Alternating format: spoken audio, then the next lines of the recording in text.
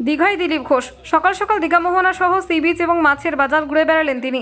যারা মাছ কেনাবেচা করছে, মাছ কিনতে আসছে, তাদের সাথে সেই সঙ্গে সাধারণ মানুষের সঙ্গে কথা বলেন তিনি।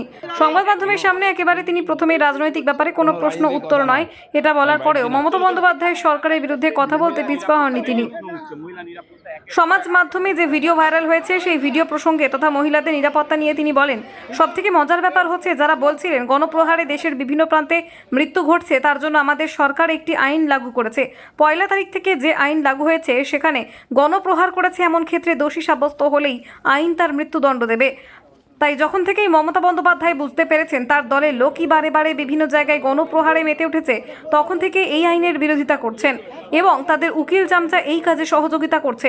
গণপিটুনি পাড়ায় পাড়ায় হচ্ছে। যারা দিল্লিতে ধর্ণা দিত, হাতরাসের ঘটনা নিয়ে এত কথা বলতো, আজ সেই সব বুদ্ধিজীবী কোথায়? মহিলাদের রাস্তায় বিবস্ত্র করে মারা হচ্ছে। এটা কোন সভ্য সমাজ? যে আইন পাস হয়েছে সকলকে তার সাজা পেতে হবে। সমাজ বিরোধীদের টিকিট দিয়ে ভোটে জিতিয়ে সমাজ বিরোধীদেরই কাজে লাগাচ্ছে মমতা ব্যানার্জি। এই ধরনের কাজ করলে কেউ বাঁচবে না।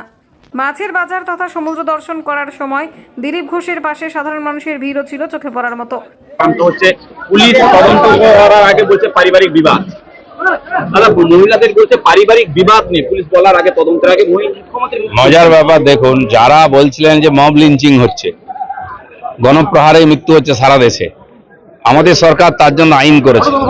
1 তারিখ থেকে সে আইন লাগু হয়ে গেছে। গণপ্রহার হলে যে দোষী সাব্যস্ত হবে তার মৃত্যুদণ্ড হবে।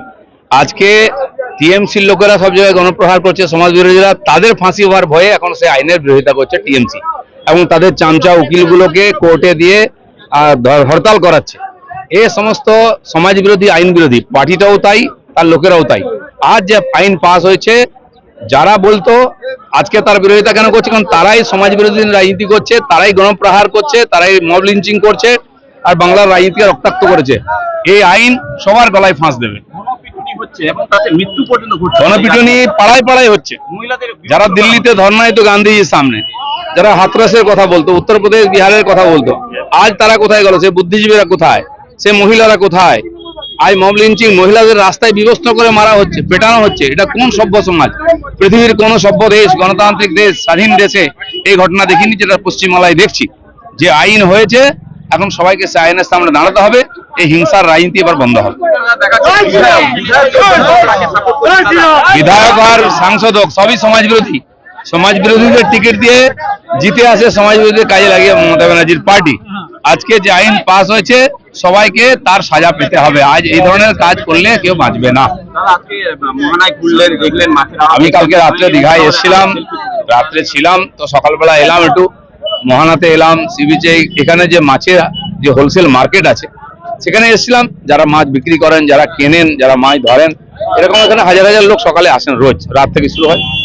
সবার সঙ্গে দেখা হলো, মাছের বাজারের খোঁজ খবর নিলাম একটু। নতুন মাছ বাজার হচ্ছে, এখনো কমপ্লিট হয়নি। ওটা হয়ে গেলে এই বৃষ্টির সময় সুবিধা হবে। মাছ কেনা হলো না, অনেকে মাছের আসেন, মাছ নিলেন কিছু। আরো আমার সঙ্গে অনেকে এসেছেন, তারা মাছ টাছ কিনছেন, আমি দেখলাম মাছ। Desk report, express Kolkata.